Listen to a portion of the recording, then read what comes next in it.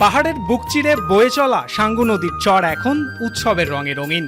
একে অপরের গায়ে পবিত্র বাড়িধারা ছিটিয়ে পুরনো বছরের সব গ্লানি আর অবসাদ ধুয়ে ফেলেছেন মারমা তরুণ তরুণীরা। বান্দরবানের রুমা উপজেলায় এভাবেই উদযাপিত হল মারমা সম্প্রদায়ের প্রধান সামাজিক উৎসব সাংগ্রাই।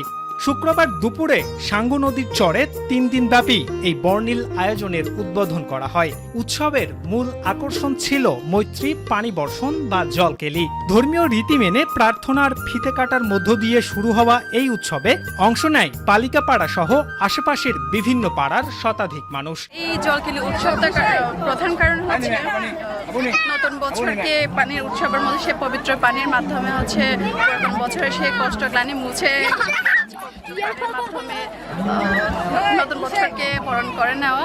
মৈত্রী পানির বর্ষণ বা পানি খেলার জন্য পানি উৎসবে আমরা আসছি। অনেকদিন যাবৎ আমাদের ফ্রেন্ডদের সাথে দেখা হয় না, তো আজকে আমরা ফ্রেন্ডদের সাথে মিট করে বা দেখা হয়ে খুব ভালো লাগছে বা আমরা ওনাদের সাথে আরো এনজয় করব।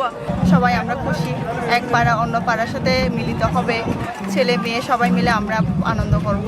শুধুমাত্র জলকেলি নয়, সাংগ্রাই উপলক্ষে চলে ঐতিহ্যবাহী নদী পূজা ও রসামা পূজা। দিনের বেলায় পানি খেলায় মেতে উঠলেও সন্ধ্যায় পাহাড়ি পল্লীগুলোতে আয়োজন করা হয় বর্ণাঢ্য সাংস্কৃতিক অনুষ্ঠান ও ঐতিহ্যবাহী নাচ গানের। সাম্প্রতিক এই উৎসব কেবল আনন্দই নয়, বরং পাহাড়ি জনগোষ্ঠীর ঐক্য আর সমৃদ্ধির বার্তাও বহন করে। Desk report, channel Jio news.